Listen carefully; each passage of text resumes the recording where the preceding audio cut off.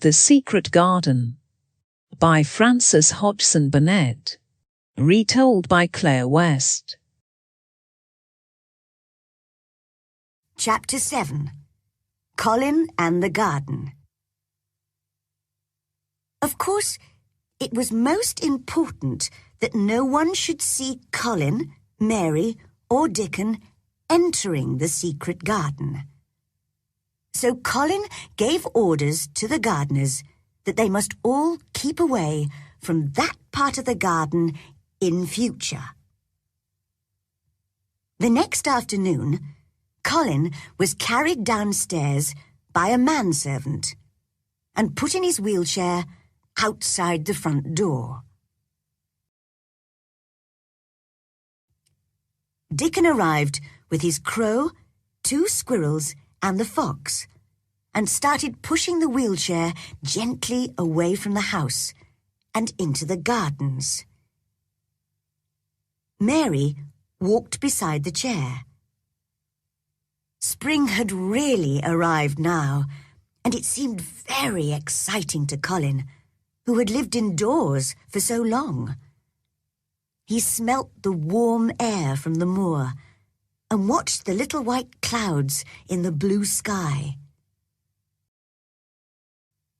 In a very short time, he heard Mary say, "This is where I found the key. And this is the door. And this is the secret garden." Colin covered his eyes with his hands until he was inside the 4 high walls, and the door was shut again. Then he looked round at the roses climbing the old red walls, the pink and white flowers on the fruit trees, and the birds and the butterflies everywhere.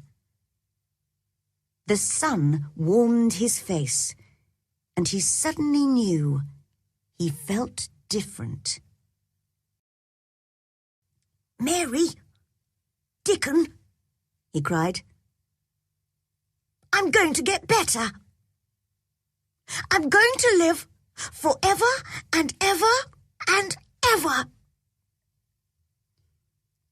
As Dickon pushed the wheelchair all round the garden, he told Colin the names of all the plants. The sun shone, the birds sang, and in every corner of the garden there was something interesting to look at. The 3 children talked and laughed, and by the end of the afternoon, all 3 were speaking Yorkshire together. "I'll come back here every afternoon," said Colin.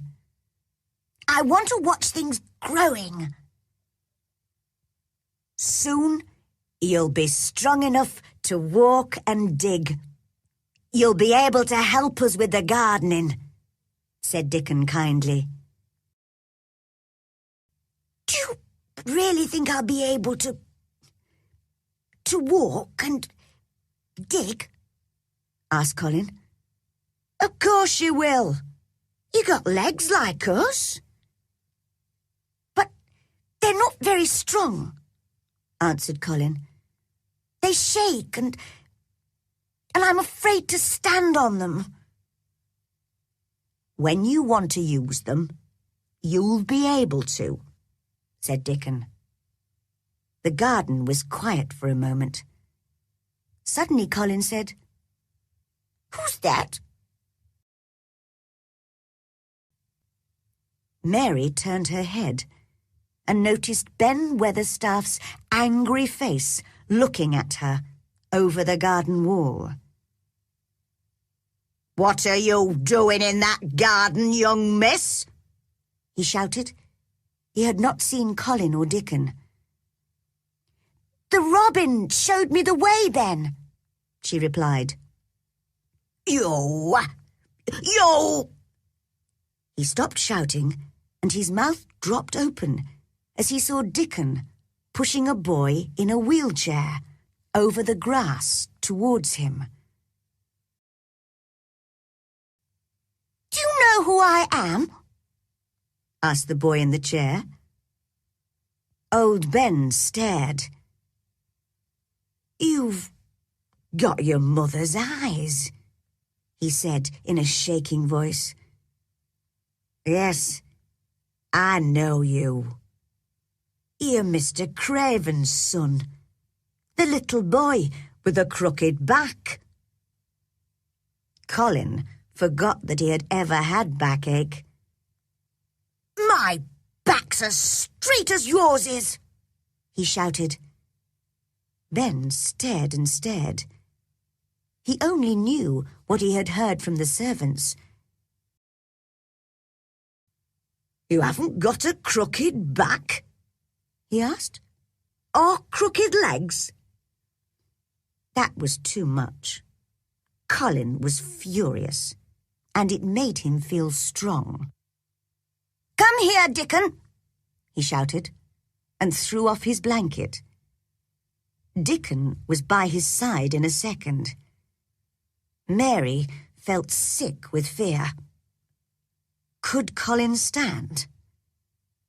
Then Colin's thin feet were on the grass, and he was standing, holding Dickon's arm. He looked strangely tall, and he held his head very high. Look at me! He shouted at Ben. Just look at me! He's as straight as any boy in Yorkshire, said Dickon. Tears were running down Ben's brown old face. They said you were going to die, he whispered.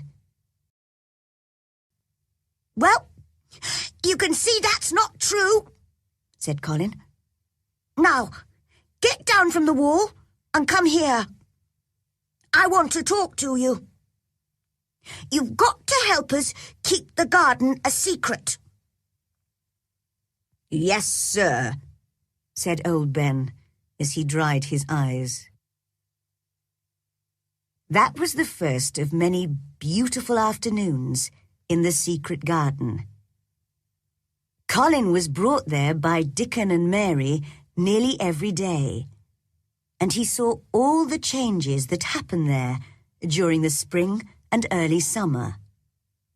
Ben Weatherstaff, now in the secret, joined them as often as he could.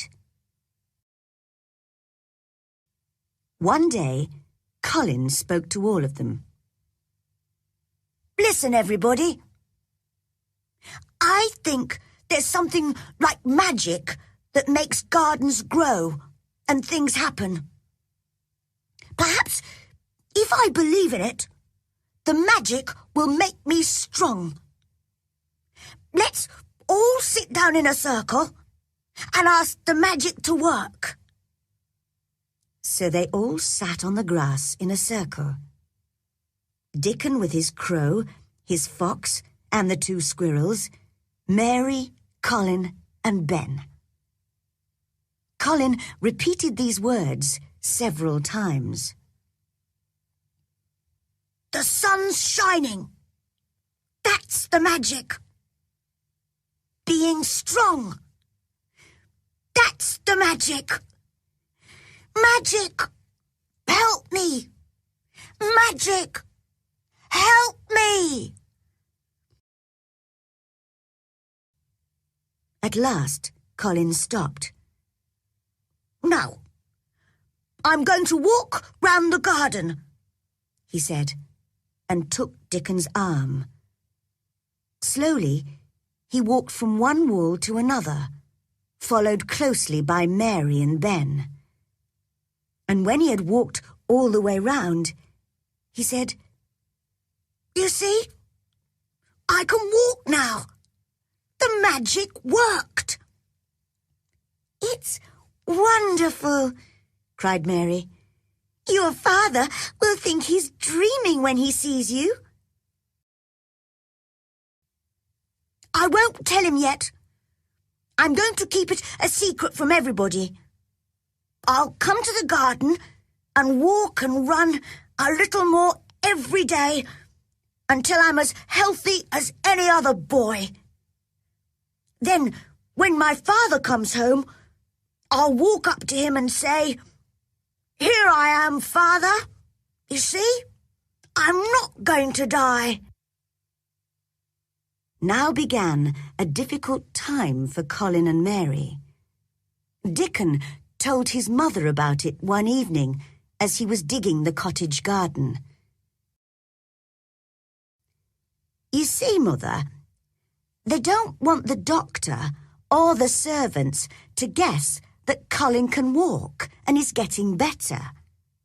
So they have to pretend he's still ill and just as disagreeable as he used to be. If they're running about all day in the fresh air, that'll make them hungry, I should think. Yes, that's the problem. They're both getting fatter and healthier, and they really enjoy their food now. But they have to send some of it back to the kitchen, uneaten. If they eat it all, people will realise how healthy they are. Sometimes they're very hungry." "I know what we can do," said Mrs. Sowerby.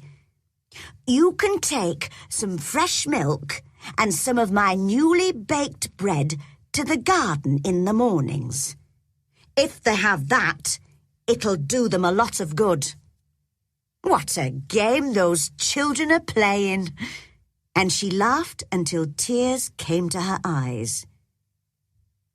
One afternoon, when they were all working in the garden, the door opened and a woman came quietly in. "It's Mother!" cried Dickon, and ran towards her. "I told her where the door was, because I knew she would keep the secret."